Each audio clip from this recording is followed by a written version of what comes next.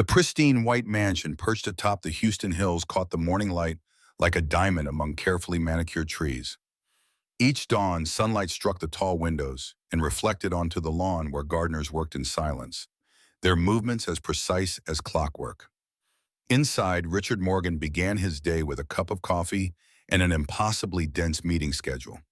At 45, he possessed everything others merely dreamed of: immense wealth, a leading position in the finance sector, and a reputation respected throughout the Houston business community. But there was one thing he never confessed to anyone, not even to himself in the quiet moments before sleep. Inside that very house, the thing he dreaded most were the soundless mornings. That particular kind of silence usually meant that Emma, his daughter, was somewhere being quiet in a way children should never have to be. Emma was 8 years old. She had slightly slanted eyes and a small, ever-present smile, even when no one was around to smile at. She had Down syndrome. She spoke slowly, often repeating herself in a small voice that sometimes broke off mid-sentence, as if she were counting her own breaths. She was small for her age, 47 pounds at her last checkup, but healthy. Martha made sure of that. Whenever she was alone in her room, she would meticulously line up her playthings, counting each item before starting over again. 1, 2, 3. Those simple sounds were the only things that brought a little life into the house on the days Richard was away. The story of how Richard Morgan became a father began 8 years earlier, on a night filled with both joy and unbearable loss. His wife, Rebecca, had died due to complications following childbirth. The doctors had done everything they could, but sometimes medicine has limits that money cannot cross. Richard held his newborn daughter for the first time in a hospital room that smelled of antiseptic and grief. Rebecca's final words to him, whispered through labored breaths, had been simple. "Take care of our girl. Tell her every day she is not broken. She is our light." But grief is a strange companion. It does not announce itself with thunder. It creeps in quietly, filling the spaces where love used to live. After Rebecca passed, Richard retreated from the world, using his work as a shield against the vast emptiness that threatened to consume him. He hired nurses, tutors, and specially trained staff to care for Emma, but he was rarely home for dinner. To his employees, he was the rule maker, the man who could negotiate million-dollar deals without blinking.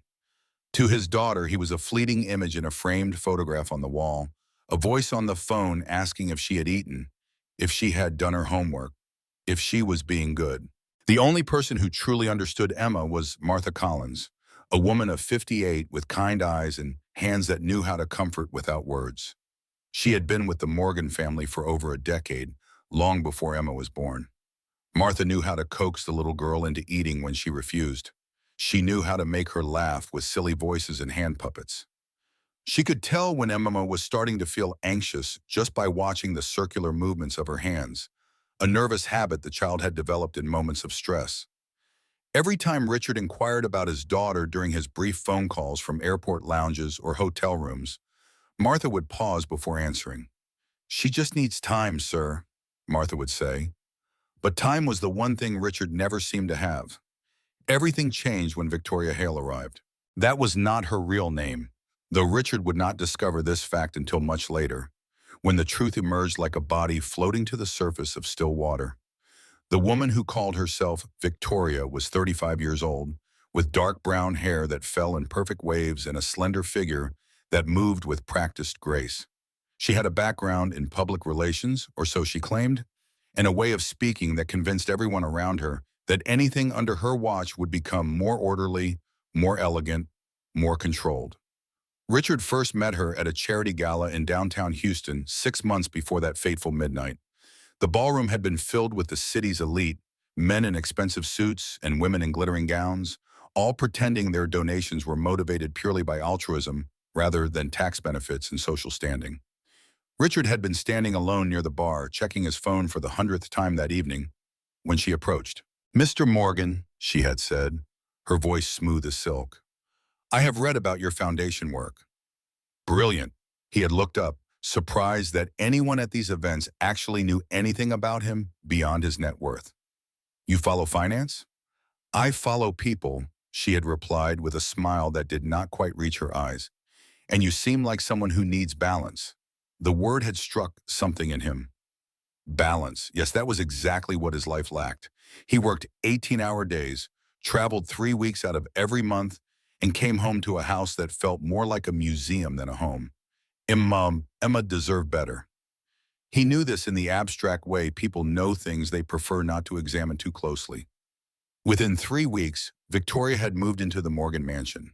In the eyes of the Houston elite, Richard had found his perfect other half. The press called them the symbolic couple of rebirth, a widower finding love again, a special needs child gaining a mother figure. It was the kind of story people wanted to believe in, the kind that reassured them the world still had room for happy endings. As for Emma, whenever she heard the adults mention new mommy, she would simply look down at her shoes and softly repeat the words, new mommy. Her voice held no emotion, no judgment, just an echo of sounds she had been told to remember. The day Victoria moved in, the mansion seemed to brighten. She changed the curtains from the heavy velvet drapes Rebecca had chosen to light, airy linens that let in more sun. She replaced the old furniture with modern pieces in white and gray. She reorganized Emma's daily routine with military precision. In the morning, she chose the little girl's clothes. In the afternoon, she supervised study time.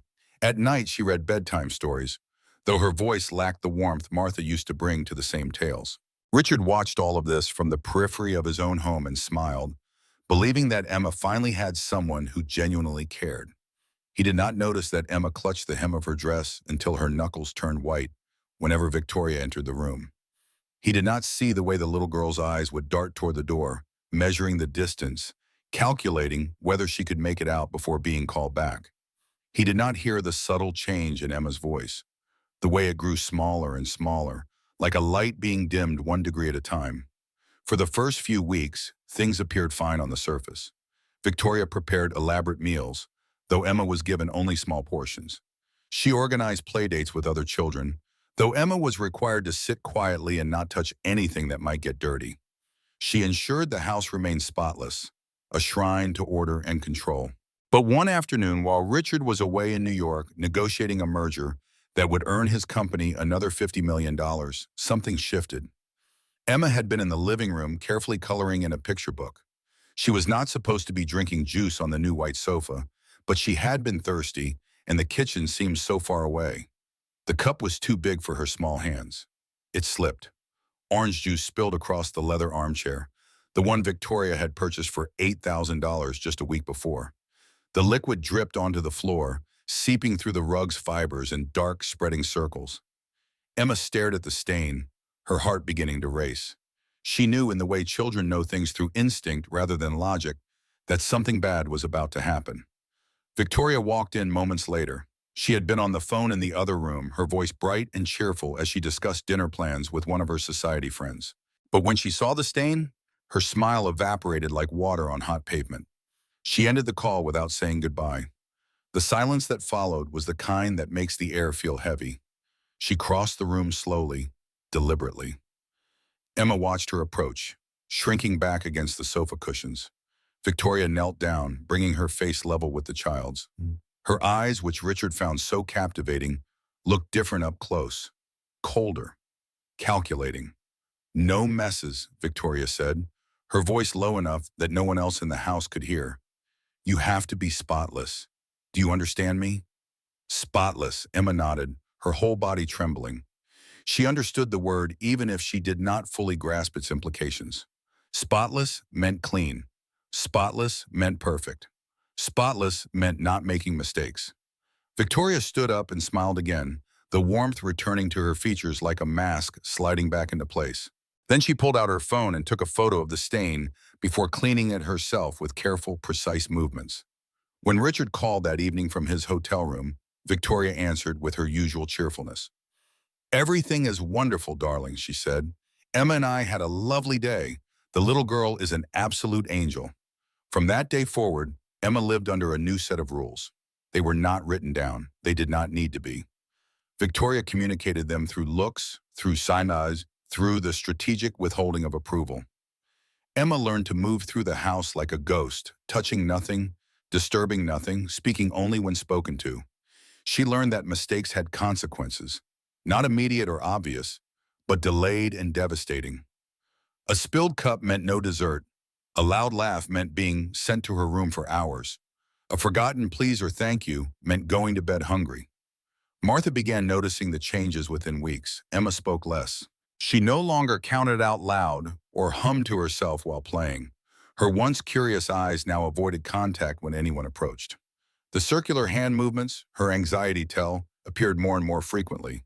And her clothes, which had fit her perfectly just a month ago when she weighed 47 pounds at her last checkup, now hung loose on her small frame.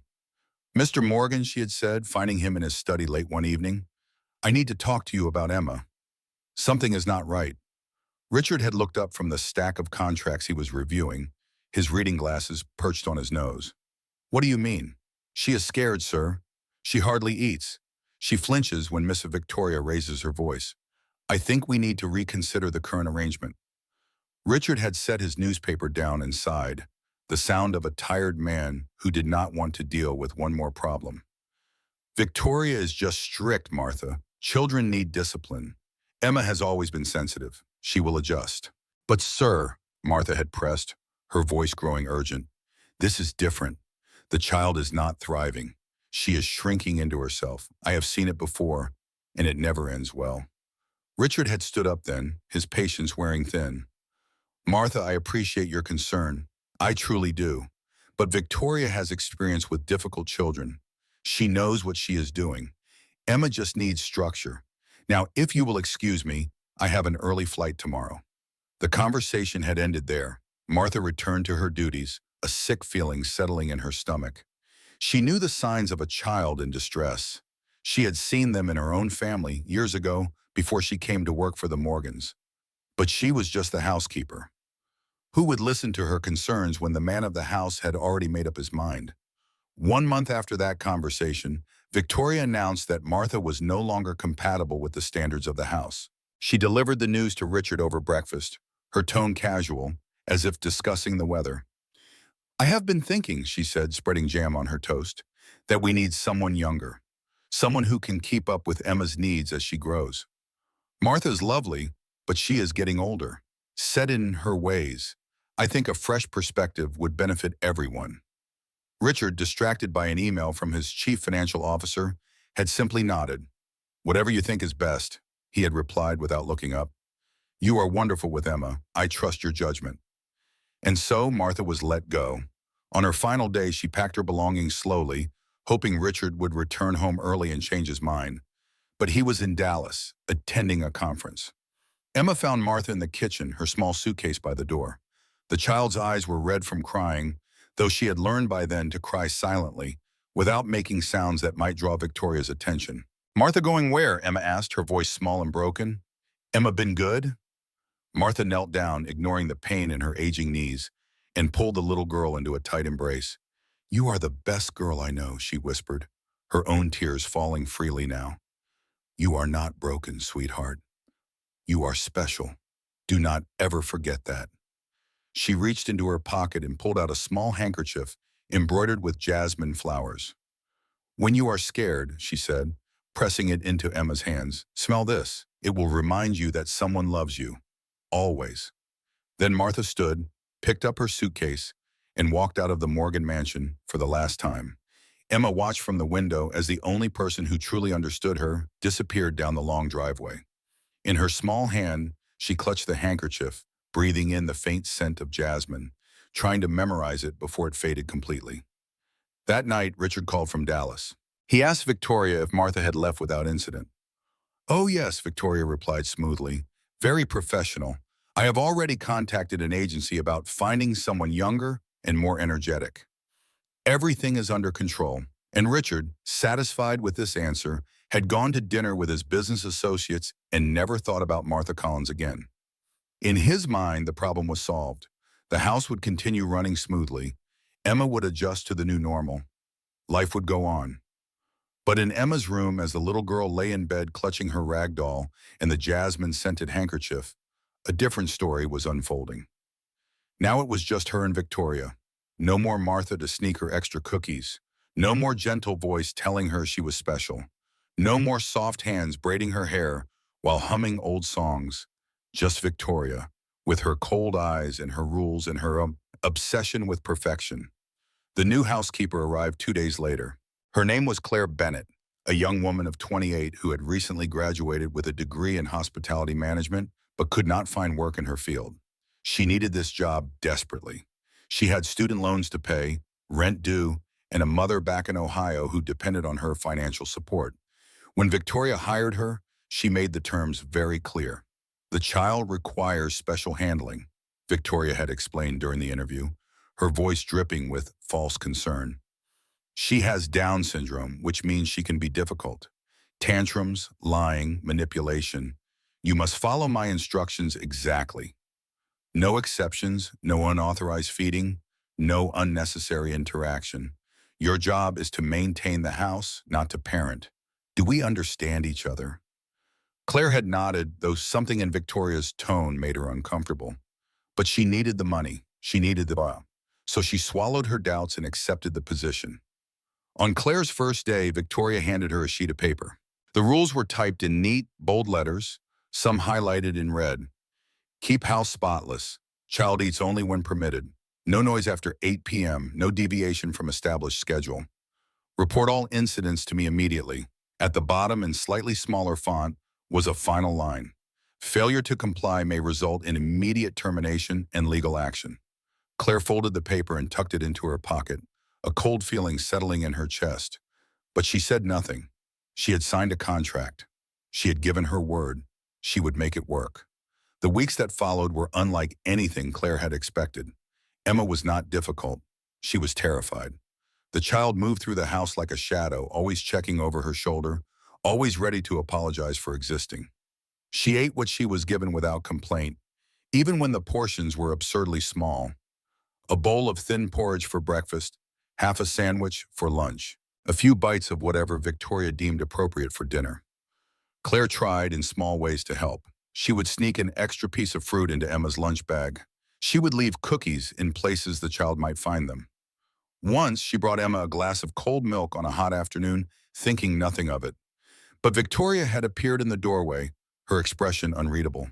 "Did I authorize that?" Victoria had asked, her voice dangerously calm. Claire had frozen, the empty glass still in her hand. "I thought she looked thirsty."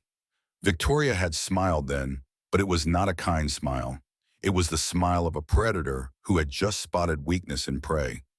"Claire," she had said, walking slowly across the kitchen, "we have rules for a reason. The child must learn discipline.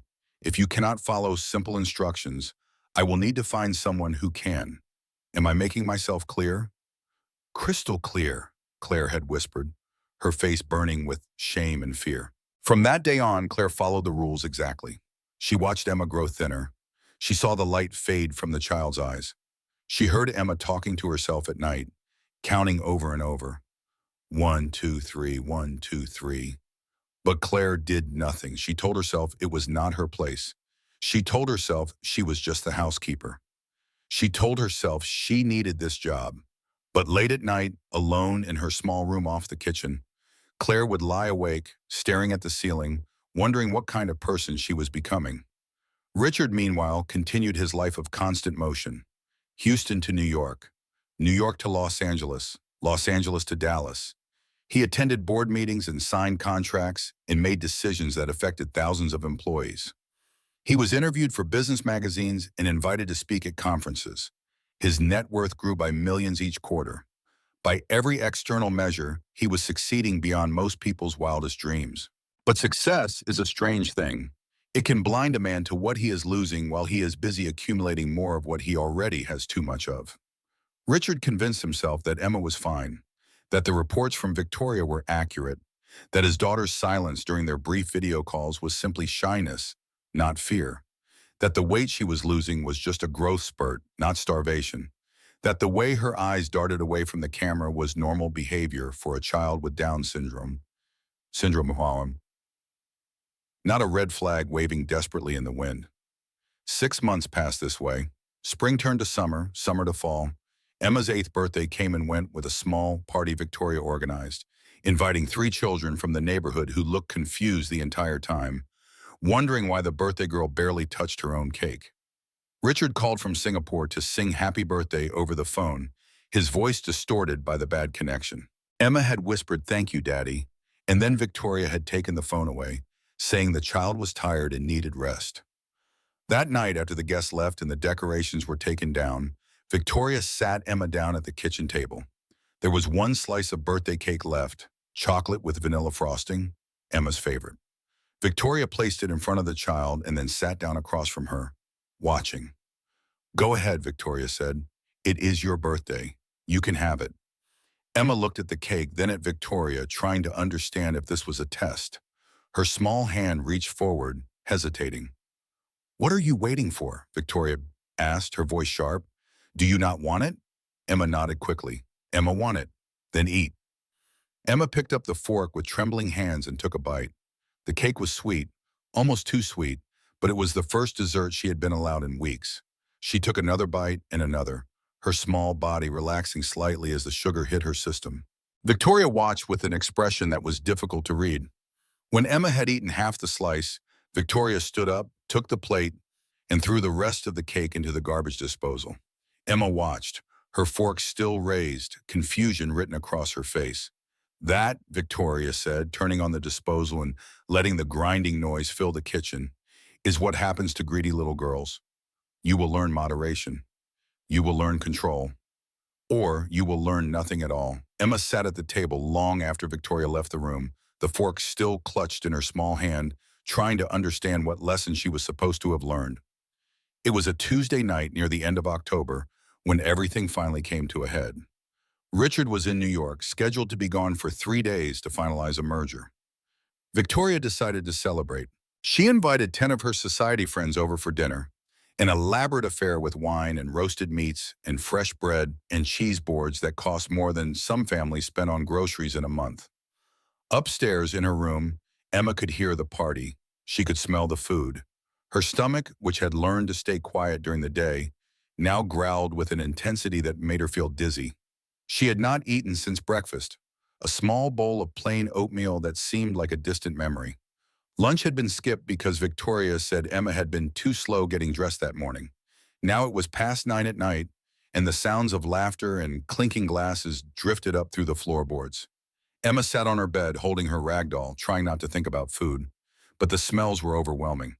Roasted chicken, garlic bread, something sweet and rich that might have been chocolate cake. Her mouth watered despite her efforts to think about other things. She tried counting like she always did when she was scared or hungry. 1, 2, 3, 1, 2, 3. But the counting did not help tonight. The hunger was too strong. Emma stood up, walked to her door, and listened. The party was still going downstairs. Victoria's laugh rang out, sharp and bright. Emma made a decision. Just a little milk, just enough to make the stomach pains go away. She would be very quiet, very careful. Mommy would never know. She opened her door slowly, wincing at every creak of the hinges. The hallway was dark except for the light coming up from the first floor. She moved toward the stairs, each step deliberate and soft. At the top of the staircase, she paused, listening. More laughter, music playing, the sound of someone proposing a toast. Emma continued down, one step at a time, her hand gripping the banister. The kitchen was empty when she reached it. The counter was covered with leftover dishes, plates with half-eaten food, bowls of salad, a tray of cookies. Emma's eyes widened at the sight of so much food, more than she had seen in months. But she remembered Victoria's rules. Do not touch, do not take, do not want. She went to the refrigerator and opened it slowly. Inside, on the bottom shelf, was a carton of milk. The same kind Martha used to give her every morning, back when mornings were safe. Emma reached for it with both hands. The carton was cold and heavy. She carried it to the counter, found a small glass in the cabinet, and tried to pour. But her hands were shaking. The milk splashed out too fast. It overflowed the glass and spread across the counter in a white puddle. Emma froze, watching the milk drip onto the floor, her heart hammering in her chest. No, no, no, no.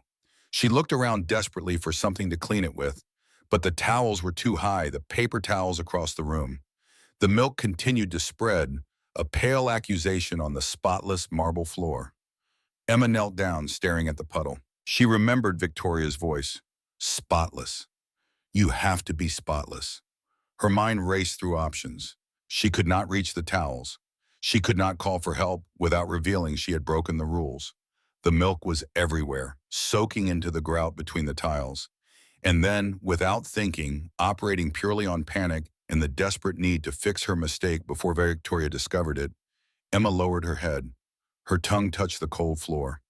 The milk tasted different this way, mixed with whatever cleaning solution Claire had used that morning. It was humiliating and wrong and awful. But Emma continued, her small tongue licking up the spilled milk like an animal, tears streaming down her face, her mind chanting the same words over and over. Emma clean now. Emma be good. Mommy like spotless. Please do not send Emma away. In the living room, Victoria lounged on the sofa, her third glass of wine in hand. Her friends had finally left, their voices fading as cars pulled away from the circular driveway. She was alone now, the house quiet except for the ticking of the grandfather clock in the hall. Her eyes were half closed, her head tilted back against the cushions. The red dress she wore was stained with wine. She looked for a moment, almost peaceful. Outside, a car door slammed, footsteps on gravel, the sound of a key turning in a lock. Victoria heard none of it, lost in her wine-induced haze. The front door opened. Richard Morgan stepped inside his house, his leather briefcase in hand, his suit rumpled from the flight. He had intended to surprise Victoria, to come home a day early and show her that he was trying harder to balance work and family. The house was quiet. He walked through the foyer, past the living room where Victoria lay sleeping, and toward the kitchen. He had not eaten dinner and he thought perhaps there might be leftovers from whatever meal had been prepared. He pushed open the kitchen door and stopped. His entire world condensed into a single, impossible image. His daughter, 8 years old, on her hands and knees, licking milk off the cold marble floor, her small tongue moving mechanically, desperately, her shoulders shaking with silent sobs. The white liquid smeared across her chin and cheeks. The briefcase slipped from Richard's hand. It hit the floor with a sound like thunder in the absolute silence. Emma's head snapped up. Her eyes met his. And in those eyes, Richard saw something that would haunt him for the rest of his life. Not relief at seeing her father. Not joy at his early return. Just pure animal terror. The look of a creature that had been caught doing something unforgivable. Emma clean now, she whispered, her voice breaking. Emma been good. Mommy like spotless. Please do not send Emma away. Richard stood frozen. His mind, which could process complex financial data in seconds, could not make sense of what he was seeing. The child on the floor. The milk. The fear. Behind Emma through the doorway, he could see Victoria on the sofa, her dress stained, her eyes closed, oblivious to everything. What? Richard said, the word barely audible. What did you say? Emma's face crumpled. She looked down at the floor, at her small hands pressed against the cold tile, at the milk still wet on her lips. Emma sorry, she whispered. Emma very sorry. Emma just hungry. Just a little milk. But Emma make mess. Emma clean mess. Emma good girl. Please, Daddy. Please do not send Emma away. Something inside Richard broke in that moment. Something fundamental that he had built his entire adult life upon cracked like old glass. He moved without thinking, crossing the kitchen in 3 long strides, and dropped to his knees beside his daughter. His arms went around her, pulling her small, trembling body against his chest. Emma tensed, expecting punishment, but Richard just held her, one hand cradling the back of her head, the other wrapped around her thin shoulders. I am so sorry, he said, his voice thick with tears he had not cried since Rebecca died. Baby, I am so sorry, so sorry. Emma did not understand why Daddy was apologizing. She had been the one to spill the milk. She had been the one breaking the rules. But Daddy's arms were warm, and his shirt smelled like the cologne he always wore, the scent she associated with safety, even though he was rarely home.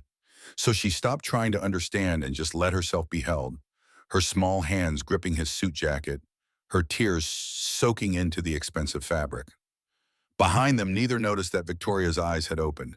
She was watching from the sofa, her expression unreadable in the dim light. She said nothing, did nothing, just watched as Richard Morgan knelt on his kitchen floor, holding the daughter he had failed to protect, surrounded by spilled milk and the shattered remains of every illusion he had constructed about his life. The grandfather clock in the hall chimed midnight. The sound echoed through the house, marking the end of one day and the beginning of another. But for Richard and Emma, time had stopped entirely. They remained on that kitchen floor, father and daughter, as the milk dried on the marble and the first light of a new understanding began to dawn in the darkness. Richard carried Emma upstairs to her room, each step deliberate and careful, as if she were made of something more fragile than bone and flesh. The little girl had fallen silent after her confession on the kitchen floor, her small body limp in his arms, exhausted from fear and hunger, and the desperate attempt to be good enough. He pushed open her bedroom door with his shoulder and was struck immediately by how sparse it was. The toys that used to clutter the shelves were gone. The colorful drawings that once covered the walls had been removed. Everything was white and gray and perfectly ordered, like a hotel room rather than the space where a child lived. He laid Emma gently on the bed and found a washcloth in her small bathroom. He wet it with warm water and returned to wipe the milk from her face, moving with a tenderness he had forgotten he possessed. Emma watched him with wide eyes, still uncertain if this was real or if she would wake up and find herself alone again. When he finished, Richard pulled the blanket up to her chin and sat on the edge of the bed. "Sleep now," he said softly. "Daddy is not going anywhere." Emma's hand emerged from under the blanket, clutching a worn handkerchief embroidered with flowers. She held it to her nose and breathed in deeply, though whatever scent it once held had long since faded. Richard recognized it immediately. Martha's handkerchief, the jasmine pattern she had embroidered herself. He felt a sharp pain in his chest, understanding suddenly all the ways he had failed to see what was happening in his own home. "Emma," he began, then stopped. What could he possibly say? That he was sorry? Sorry seemed grotesquely inadequate for what he had allowed to happen. That he loved her? She had no reason to believe those words anymore. He had proven through 6 months of absence that his love, if it existed at all, came secondary to everything else in his life. "Daddy," Emma whispered, her voice small in the darkness. "Emma been good?" "Yes, baby. You have been so good. Too good. You should never have had to be that good." Emma's eyes began to close, exhaustion finally winning over fear. Richard sat watching her breathe, counting each rise and fall of her chest as if to reassure himself she was still alive. When he was certain she was asleep, he stood and walked slowly toward the door. But before leaving, he turned back once more. In the dim light from the hallway, he could see how thin she had become. Her cheekbones were too pronounced. Her arms were like sticks beneath the blanket. How had he not noticed during their video calls? Or had he simply chosen not to see? He pulled the door closed but left it slightly ajar, remembering suddenly that Rebecca used to do the same thing. "Just a crack," she would say, "so Emma knows we are nearby if she needs us." The memory hit him with physical force, doubling him over in the hallway. Rebecca would have seen this coming. Rebecca would have protected their daughter. But Rebecca was gone, and Richard had spent 8 years running from that fact instead of facing it. Downstairs, he found Victoria awake now, sitting upright on the sofa. She had turned on a lamp and was attempting to smooth her dress, to arrange her hair, to reconstruct the facade of perfection. When she saw Richard in the doorway, she smiled, though it did not reach her eyes. "Darling," she said, her voice still slightly slurred from the wine. "I did not expect you until tomorrow. What a wonderful surprise." Richard said nothing. He crossed the living room and stood before her, his hands clenched at his sides. Victoria's smile faltered slightly as she registered his expression. "Is something wrong?" she asked, tilting her head in a gesture of concern that might have fooled him yesterday, but today looked merely calculated. "How long," Richard said, his voice dangerously calm, "has my daughter been starving?" Victoria's face went through several rapid transformations. Surprise, confusion, carefully constructed hurt. "Starving? Richard, what are you talking about? Emma is fine. She eats plenty. Maybe you should ask yourself why you would believe whatever story a special needs child tells you when you have been absent for weeks at a time. I found her licking milk off the kitchen floor." The words hung in the air between them. Victoria stood slowly, smoothing her dress again, buying time to formulate a response. "That is unfortunate," she said finally. "But you have to understand, children with Down syndrome often engage in attention-seeking behaviors. She was probably trying to manipulate you, To make me look bad because I have been providing the structure and discipline you have been too busy to give her yourself. Richard felt something cold settle in his chest. He had heard this tone before from Victoria, the smooth rationalization, the subtle shift of blame. He had always accepted it before, grateful that someone else was handling the difficult parts of parenting. But tonight, with the image of Emma on the floor still burning in his mind, he heard it differently. "Get out," he said quietly. Victoria laughed, a sharp sound with no humor in it. "Excuse me? Pack your things. Leave this house. Tonight." Her expression hardened. "You cannot be serious. Richard, I am your wife. I have rights, legal rights, and I have done nothing wrong. That child has been difficult since the day I arrived. I have tried everything to help her, to teach her basic behaviors, to make her presentable. If she has been eating off the floor, that is a psychological issue that requires professional intervention, not blame placed on the person trying desperately to help her." Richard moved closer until he was standing directly in front of her, his voice dropped to barely above a whisper. "I do not care what lawyers you think you can call. I do not care what rights you think you have. You have until sunrise to get out of my house. If you are still here when Emma wakes up, I will call the police and report every instance of child abuse I can document. And Victoria, I promise you, I will document everything." Something flickered across her face then. Not fear exactly, more like calculation. She was assessing the situation, determining if he was bluffing, measuring the risks. Finally, she smiled again, but this time there was venom in it. "You will regret this, Richard. You have no idea what you are doing. That child will destroy you, just like her mother destroyed the perfect life you could have had. Just like Rebecca destroyed everything by being too weak to survive childbirth and leaving you with that burden." Richard's hand moved before he could think. Not to strike her, he had never hit anyone in his life. But he grabbed her arm and pulled her close enough that she could see the fury in his eyes. "Rebecca's name does not belong in your mouth," he said. "Emma's name does not belong in your mouth. You will pack your things now. You will leave. And if I ever see you near my daughter again, wife or not, legal rights or not, I will spend every dollar I have making sure you regret it." He released her arm and stepped back. Victoria stared at him for a long moment, then turned without another word and walked toward the stairs. Richard stood in the living room, his heart hammering, and listened to her movements above. Drawers opening and closing, the sound of a suitcase being dragged across the floor. 20 minutes later, she descended the stairs with 2 bags, dressed now in traveling clothes, her makeup hastily reapplied. She paused at the front door and looked back at him one final time. "That child is broken," she said, "and you will never be able to fix her. This will ruin you." Then she walked out, pulling the door closed behind her with enough force to make the frame shudder. Richard heard her car start, the crunch of gravel under tires, and then silence. He stood alone in his living room, surrounded by furniture Victoria had chosen, in a house that suddenly felt completely foreign to him. He walked slowly to the kitchen and looked at the floor where Emma had been. Someone, probably Emma herself, had tried to clean up the rest of the milk. But there was still a faint residue, a pale ghost of what had happened. Richard knelt on the cold marble in the same spot where his daughter had knelt. He pressed his palms to the floor and felt nothing but the chill of stone. And then, for the first time since Rebecca's funeral, Richard Morgan allowed himself to truly cry. Not the dignified tears of a man at a memorial service, but the deep, wrenching sobs of someone confronting the full weight of their failures. He cried for Emma. He cried for Rebecca. He cried for the father he should have been and never was. He cried until his throat was raw and his chest ached and there were no tears left. When he finally stood, his knees stiff and his vision blurred, dawn was beginning to lighten the sky outside. He washed his face in the kitchen sink, dried it on a dish towel, and then climbed the stairs to check on Emma. She was still asleep, curled on her side, the handkerchief clutched in one small fist.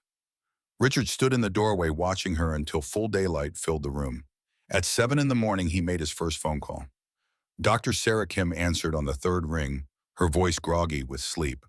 "This is Richard Morgan," he said, skipping any pleasantries. "I need you at my house immediately.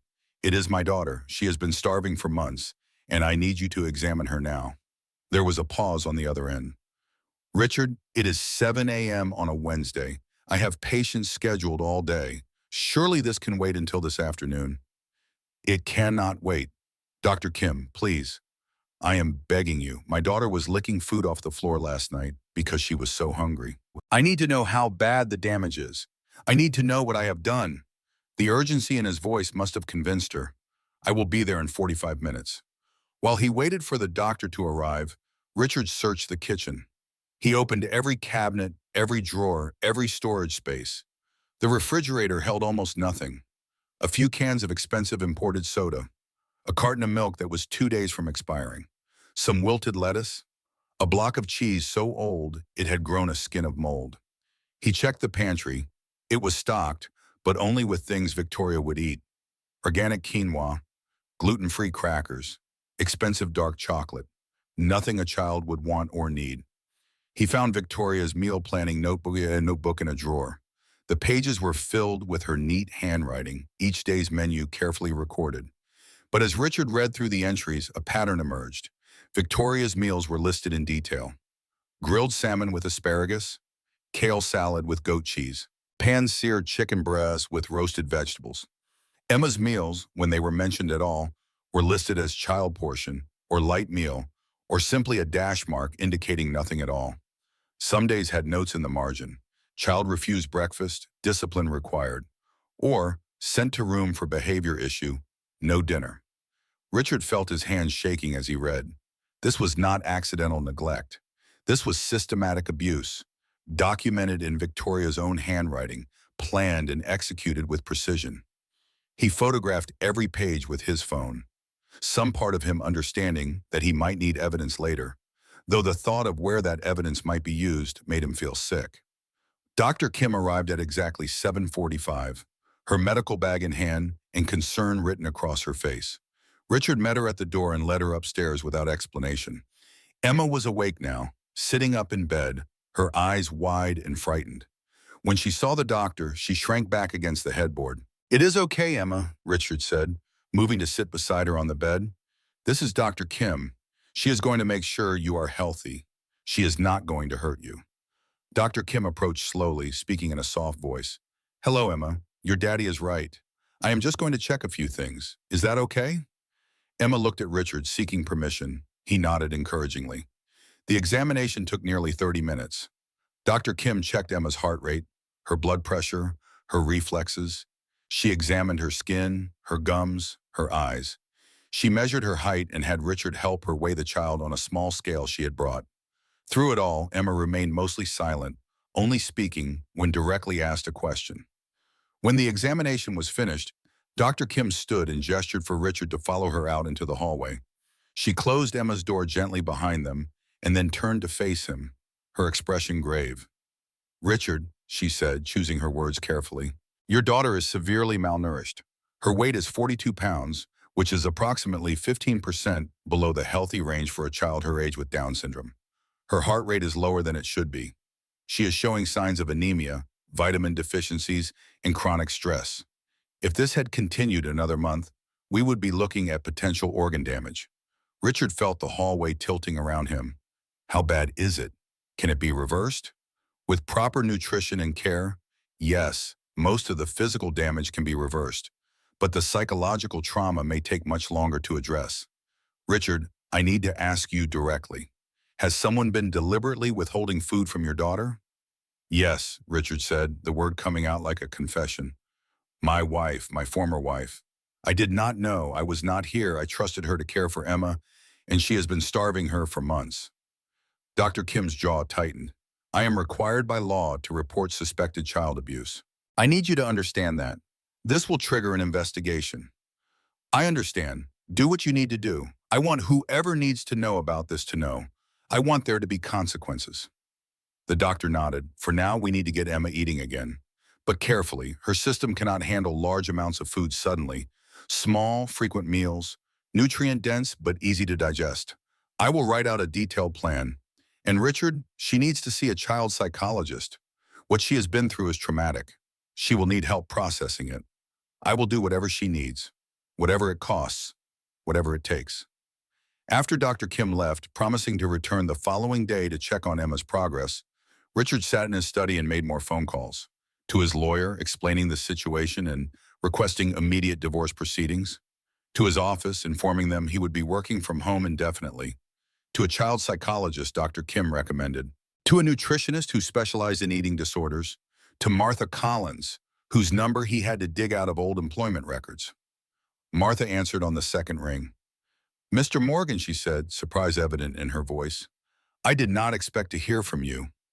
"Martha, I need to apologize. I need to explain. And I need your help." He told her everything. The midnight discovery, Victoria's expulsion, Dr. Kim's findings.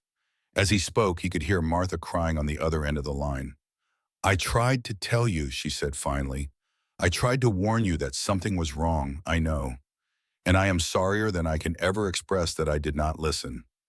Martha, would you consider coming back? Emma needs you. She asks for you. And I need someone I can trust to help me take care of her while I figure out how to be the father I should have been all along." There was a long pause. When Martha spoke again, her voice was thick with emotion. "I will be there tomorrow morning, sir. And Mr. Morgan, what you did last night, sending that woman away, that took courage. Emma is lucky to have you." "I think it is the other way around," Richard said quietly. "But thank you." The rest of that first day was a delicate dance of trying to help Emma understand that the rules had changed. Richard made her breakfast himself, scrambled eggs and toast with a glass of orange juice. He brought it up to her room on a tray and set it on the bed beside her. Emma stared at the food, then at him, confusion written across her small face. "Emma, eat now?" she asked cautiously. "Yes, sweetheart. You can eat whenever you are hungry, as much as you want. But Emma make mess with milk. Emma bad." Richard sat down on the edge of the bed and took her small hands in his. "Emma, listen to me. You are not bad. You have never been bad. You were hungry and you tried to get food. That is not being bad. That is being human. And from now on, if you are hungry, you tell me. Anytime, day or night, and we will get you food together. Okay?" Emma nodded slowly, still uncertain. She picked up a piece of toast and took a small bite, watching Richard the entire time, ready to stop if he showed any sign of disapproval. But he just smiled and nodded encouragingly. She took another bite, then another. By the time she finished, tears were running down her cheeks. "Why are you crying, baby?" Richard asked, alarmed. "Emma not hungry anymore," she said simply, as if that explained everything. And perhaps it did. Over the next few days, a routine began to establish itself. Martha returned and immediately took charge of the household with her usual quiet efficiency. She made Emma's favorite foods, the ones Victoria had forbidden.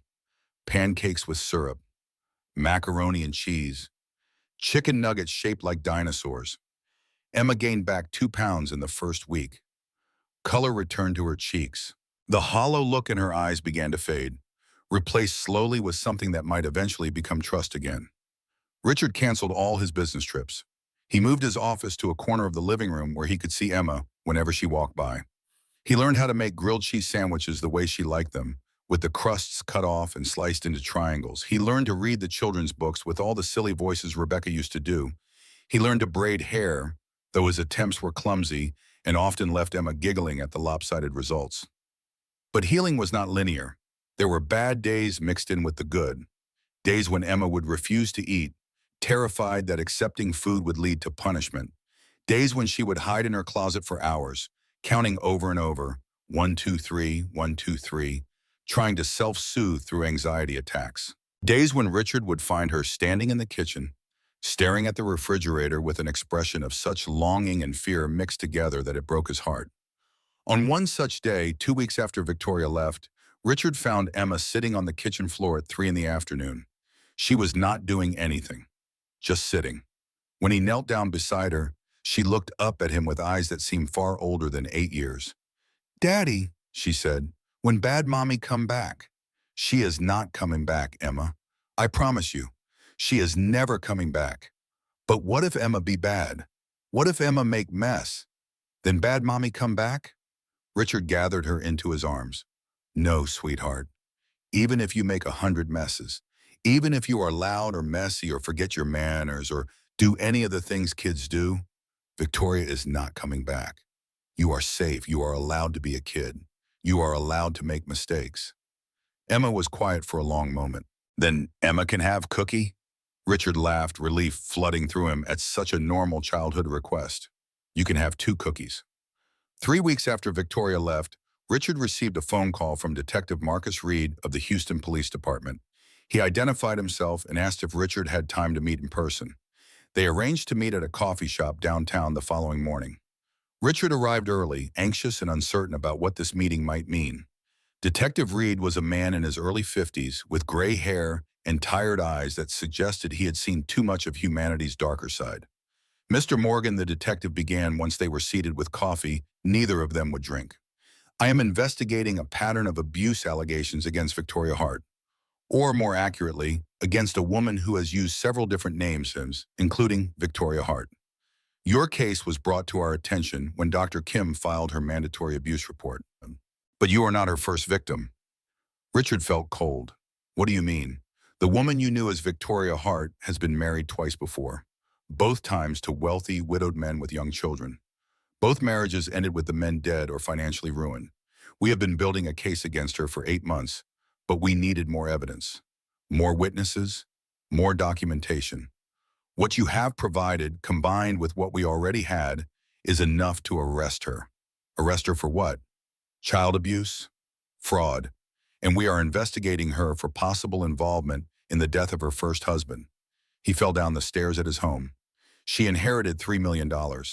At the time, it was ruled accidental. But given the pattern we are seeing now, we are reopening that investigation. Richard set his coffee cup down carefully, afraid his shaking hands would spill it. She was going to kill me. It is possible. Or she may have been planning to simply bleed you dry financially and disappear. We may never know for certain. But Mr. Morgan, I need you to know that what you did, removing her from your home, protecting your daughter, that likely saved both your lives. Most people in your position do not see the danger until it is too late. What happens now? We arrest her. She will be charged. There will be a trial. You and Emma may have to testify. Richard nodded slowly. Whatever Emma needs to do to be safe, we will do it. Detective Reed stood and extended his hand. Your daughter is lucky to have you, Mr. Morgan. As Richard drove home, he thought about luck. Was Emma lucky? She had lost her mother at birth. She had been neglected by her father for years. She had been abused by someone who was supposed to protect her. But she was still here, still fighting, still finding ways to smile. Perhaps that was its own kind of luck.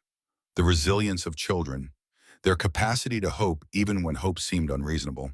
When he arrived home, he found Emma in the garden with Martha.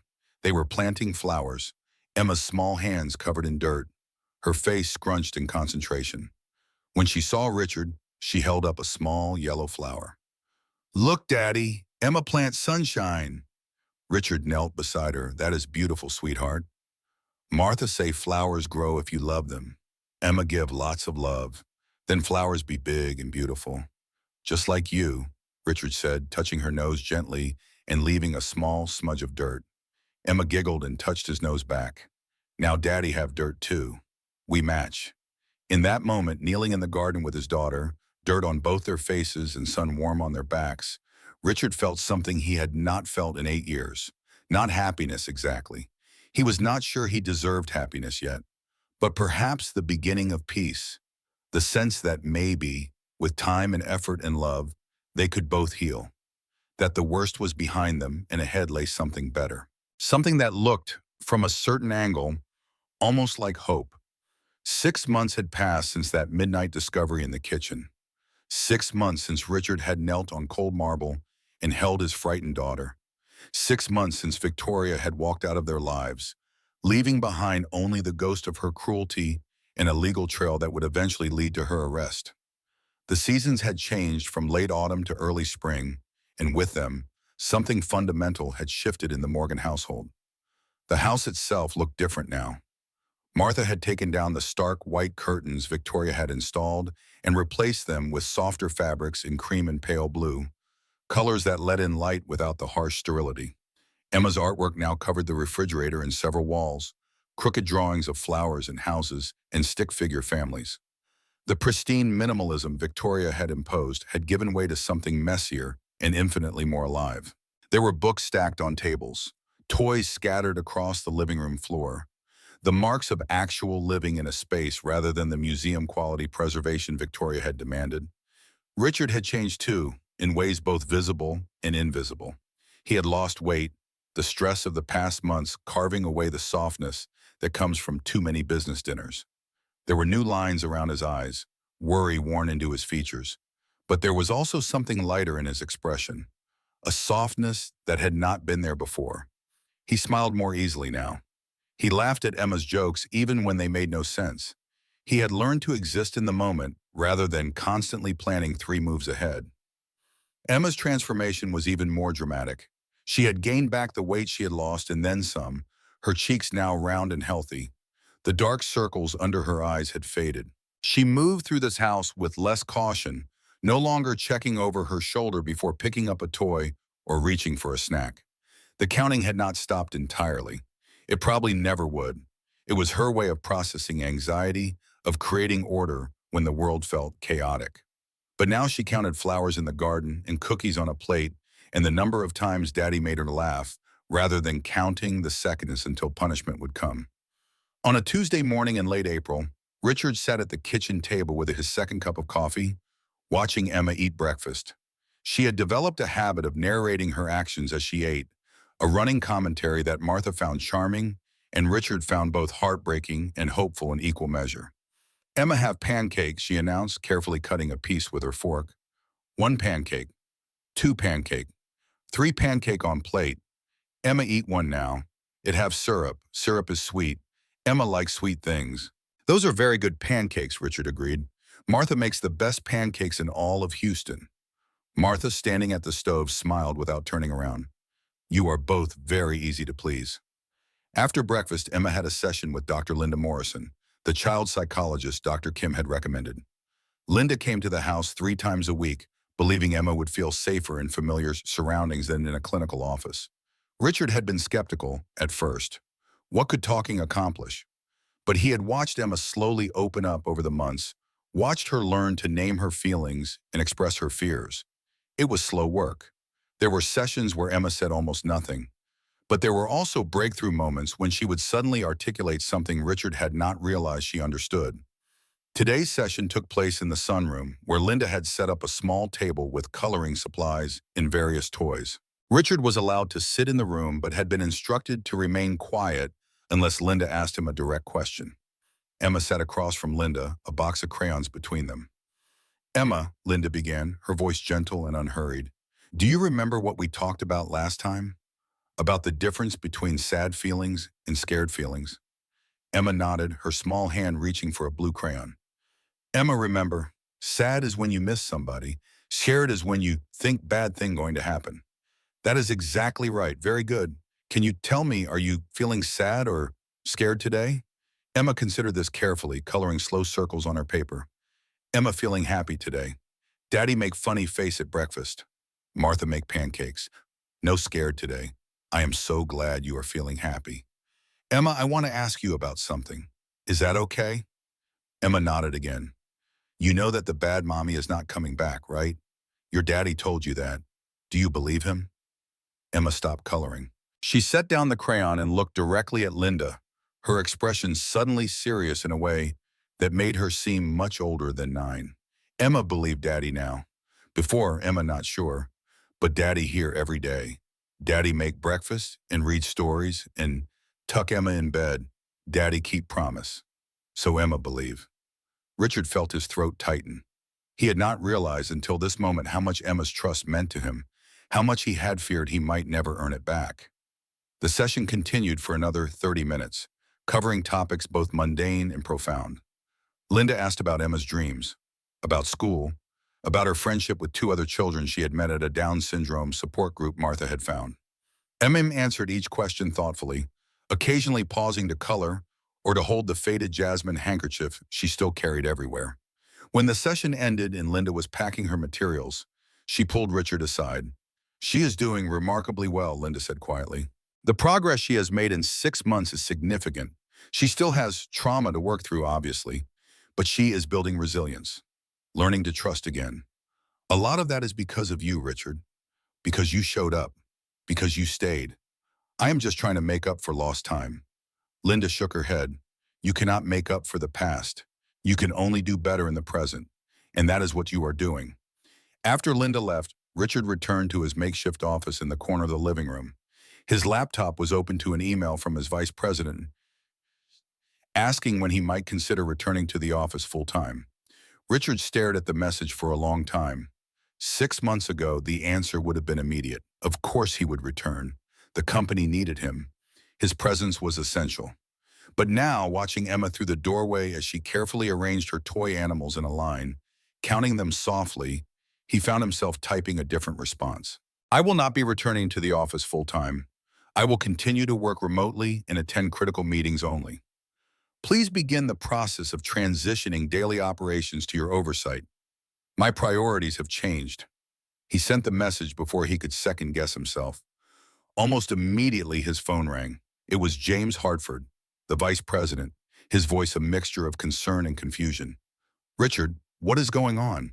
Are you resigning? No, James, I am reprioritizing. My daughter needs me here. And honestly, I need to be here. The company will be fine. You are more than capable of handling operations. But Richard, we are in the middle of 3 major acquisitions. The board expects you to be present for negotiations. Then the board will have to adjust their expectations. James, I built this company from nothing. I spent 20 years doing nothing but work. And in the process, I nearly lost the only thing that actually matters. So no, I will not be flying to New York next week. I will not be attending the conference in Dallas. I am staying home with my daughter. If the board has a problem with that, they can replace me. There was a long silence on the other end. Finally, James spoke, his voice softer. I understand, and Richard, for what it is worth, I think you are making the right choice. After he hung up, Richard sat staring at his phone. He felt no regret about what he had just done. No panic about potentially losing his position. Just a strange sense of relief, as if he had been holding his breath for years and had finally been given permission to exhale. The following week brought an unexpected visitor. Richard answered the doorbell to find Detective Reed standing on his porch, his expression grave. Mr. Morgan, may I come in? Richard led him to the study and closed the door. Emma was in the garden with Martha, safely out of earshot. Has something happened? We arrested Victoria yesterday morning. She was attempting to board a flight to Mexico City using a fake passport. She has been charged with 3 counts of child abuse, 2 counts of fraud, and we are pursuing additional charges related to the death of her first husband. Richard sat down heavily. Will there be a trial? Yes. And I need to prepare you for the possibility that you and Emma may be called to testify. The prosecutor believes Emma's testimony, combined with the medical records and the journal entries we found in Victoria's belongings, will be crucial to securing a conviction. Emma is 9 years old. She has Down syndrome. She is still recovering from trauma. How can you ask her to testify? Detective Reed leaned forward, his elbows on his knees. I know what we are asking is difficult, but if Emma does not testify, there is a chance Victoria could receive a lighter sentence. Or worse, that some of the charges could be dismissed. This woman has hurt multiple children, Mr. Morgan. Your daughter has the courage to stop her from hurting anyone else. But I want to be clear, this is your decision. And hers. No one will force either of you to do anything you are not comfortable with. Let me talk to Dr. Kim and Linda. Let me see if Emma is ready for something like this. That evening, after Emma was asleep, Richard sat in his study with a glass of whiskey he did not drink and thought about courage. He had always associated courage with boardroom negotiations, with making risky investments, with standing firm in business conflicts. But that was not courage. That was just confidence born of privilege and practice. Real courage was what Emma displayed every day. Getting out of bed even when her dreams had been filled with fear. Trying new foods even when eating had been used as punishment. Trusting him even when every adult in her life had failed her. That was courage. The next morning, he approached the subject carefully. Emma was at the kitchen table drawing a picture of the garden.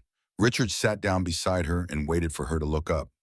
Sweetheart, I need to talk to you about something important. About the bad mommy. Emma's crayon stopped moving. Her small hand clutched the paper. Bad mommy in jail? Yes. And there is going to be something called a trial, where people decide if she did bad things and what her punishment should be. The police think it would help if you could tell them what happened to you. Tell them about being hungry and being scared.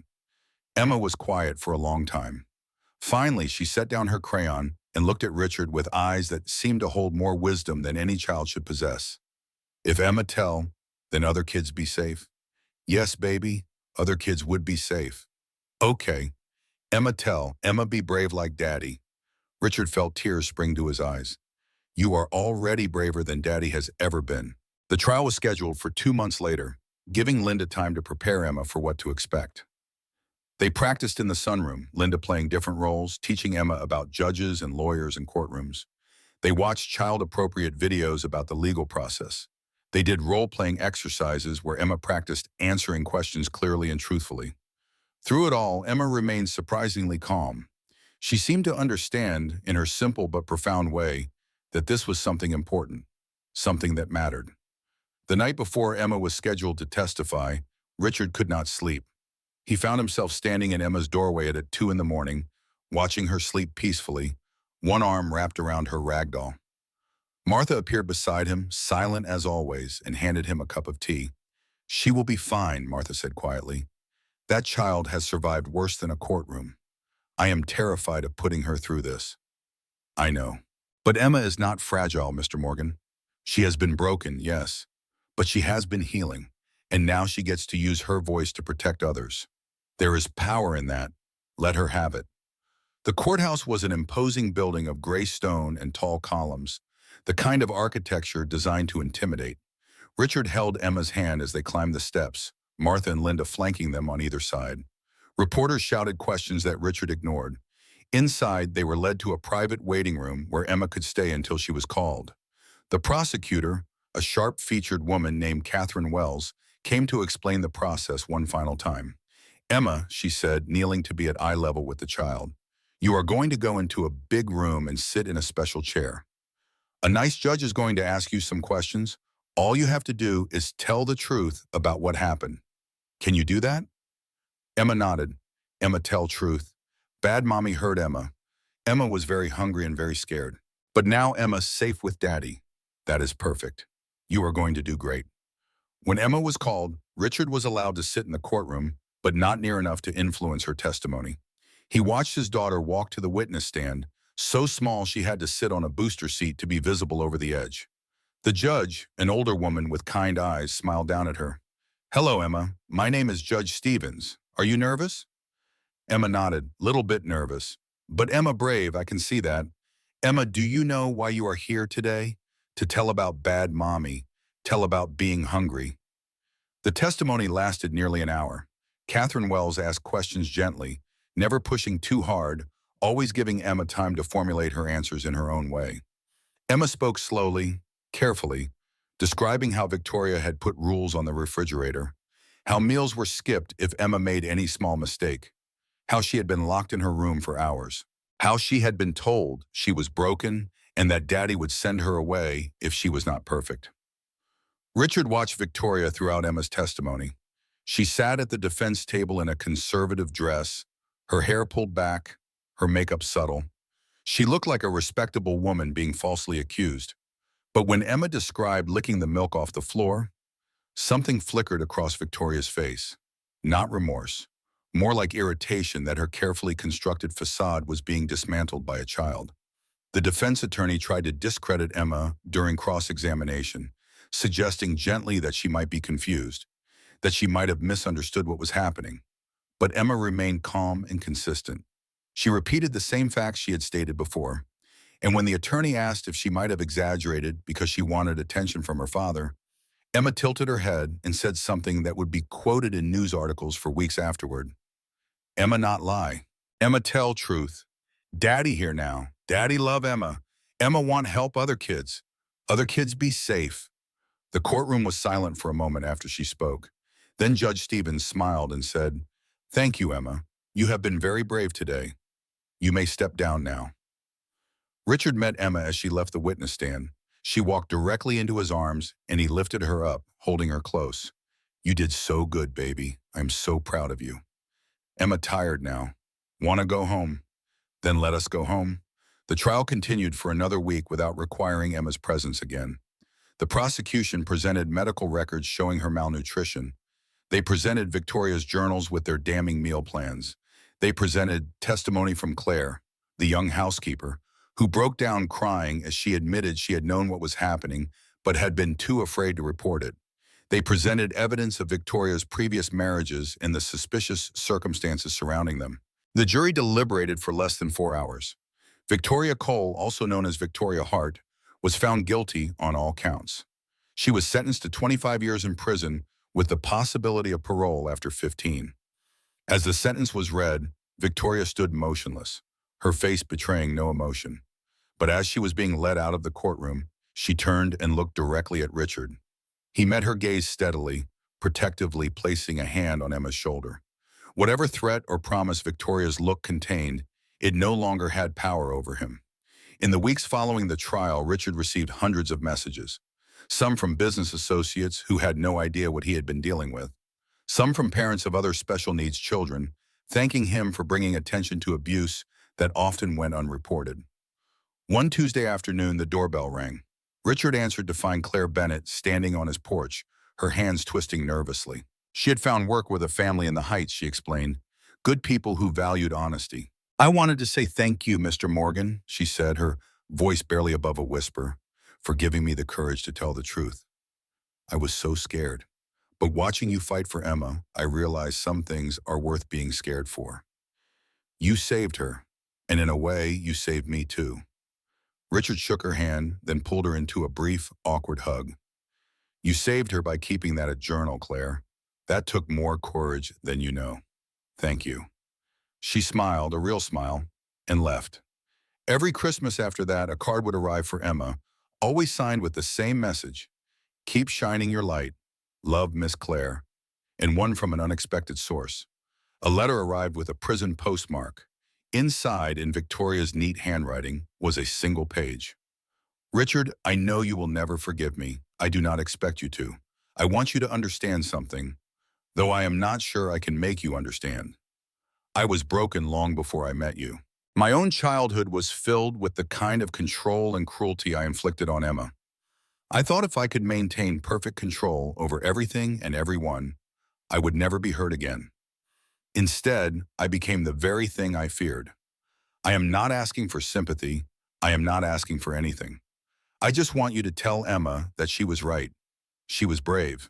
And that somewhere in the wreckage of who I became, there is a small part of me that is glad she survived. That hopes she thrives.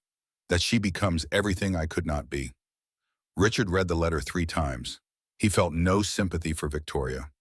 She had made choices. She had hurt his daughter systematically and deliberately, but he understood in a distant way that hurt people often hurt others. That cycles of abuse perpetuate themselves unless someone has the courage to break them. Emma had been that someone.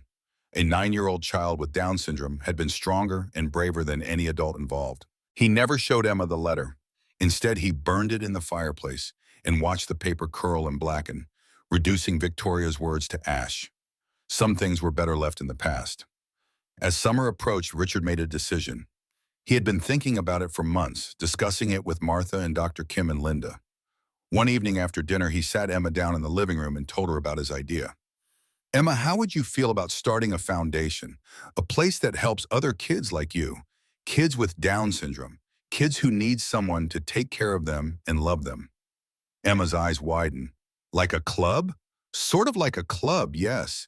We could help families get the things they need, doctors and teachers and therapists, and we could make sure kids are safe and happy. Emma thought about this, her face scrunched in concentration. What we call it? Richard smiled. I was thinking we could call it Emma's Light, because you are my light, sweetheart. You are the thing that helped me find my way back. Emma's Light, she repeated slowly. Emma liked that name. Over the next 8 months, Richard threw himself into building the foundation with the same intensity he had once devoted to his company. But this time, the work felt different. It was not about profit margins or market share. It was about making sure what had happened to Emma never happened to another child. He hired staff.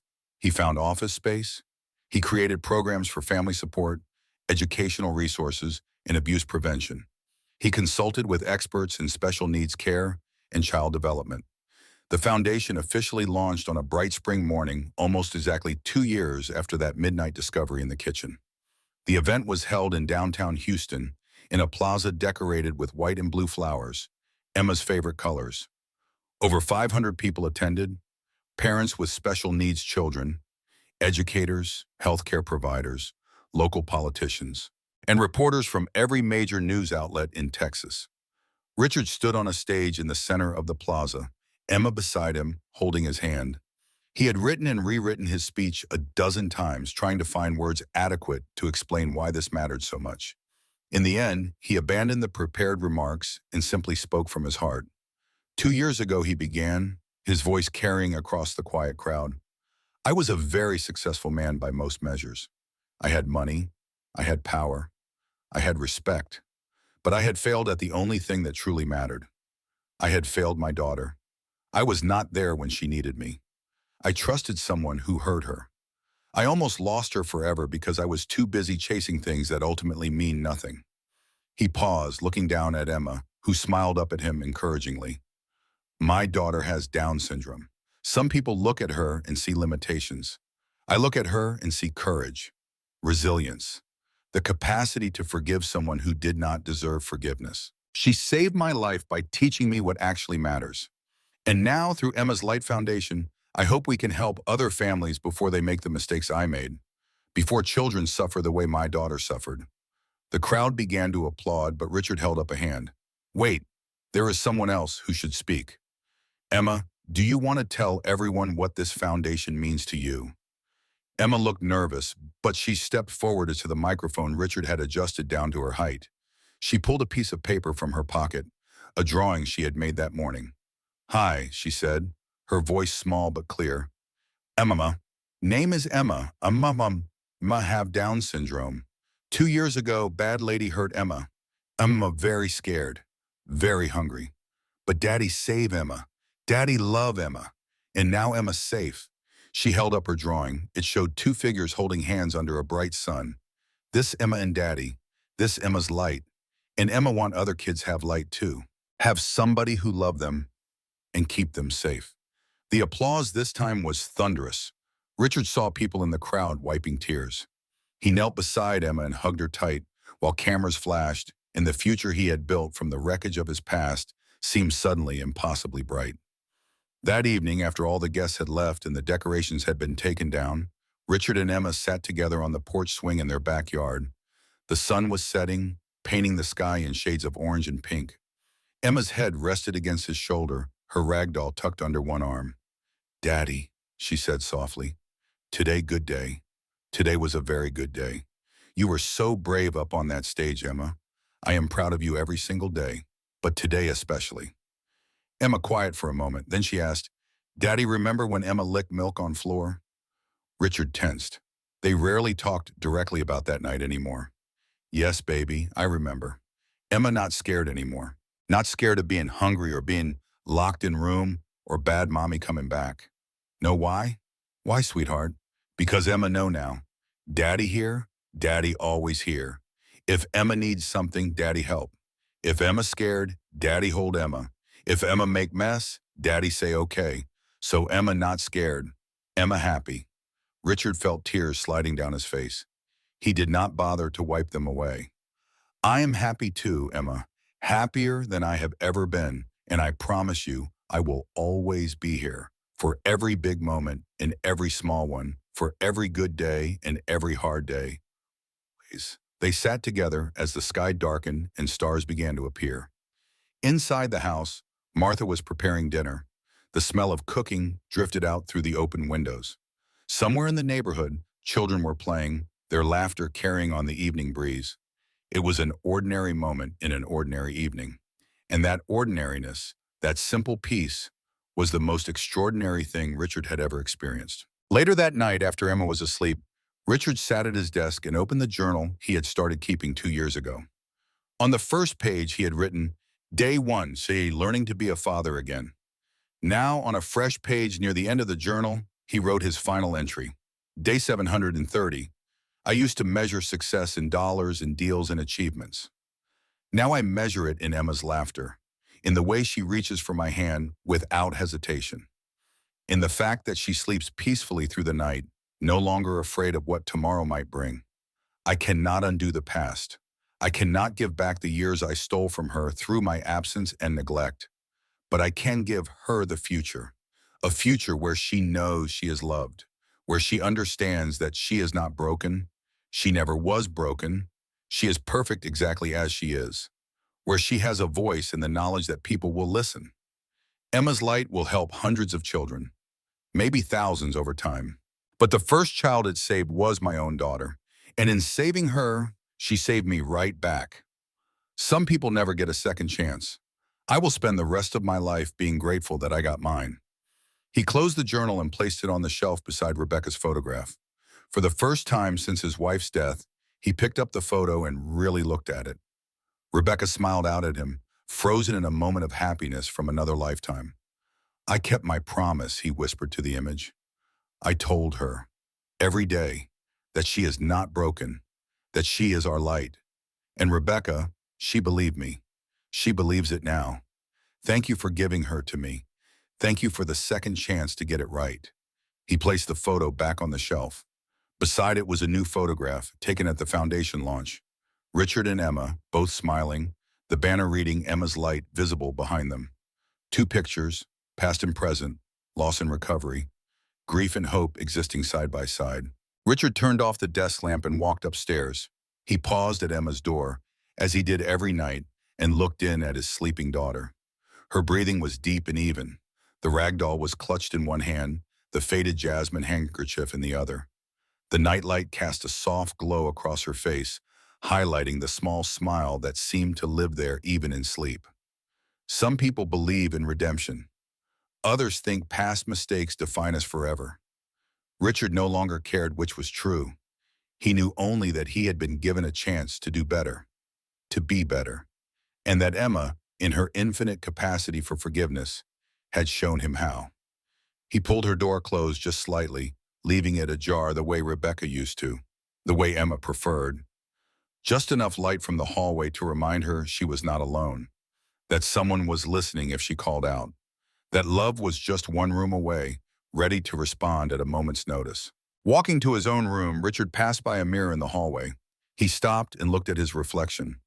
The man staring back was not the same one who had lived in this house 2 years ago. That man had been successful but empty, wealthy but poor in the ways that mattered. This man, the one looking back at him now, had less time for business deals and more lines on his face from worry and too little sleep. But his eyes held something the other man's had not. Purpose, peace, the knowledge that he was exactly where he needed to be. In the distance, thunder rumbled. A spring storm moving in from the Gulf, bringing rain to wash away the dust and heat of the day. Richard climbed into bed and listened to the first drops hitting the windows. It was a comforting sound, ordinary, real, the kind of sound you only notice when you stopped long enough to listen, when you stopped running from your pain and faced it, when you stopped trying to control everything and simply learned to be present for the one person who needed you most. Tomorrow there would be more work to do. The foundation had families waiting for help, meetings to attend, programs to develop. But tonight his daughter was safe and sleeping. His home was peaceful. And Richard Morgan, for the first time in 8 long years, felt something very close to whole. The rain continued to fall, gentle and steady, washing the windows clean. And in her room down the hall, Emma dreamed of sunshine and flowers and a father who would always, always be there when she needed him. Not the distant voice on a phone, not the rushed goodbye at an airport, but a steady presence, a source of light in the darkness. Home.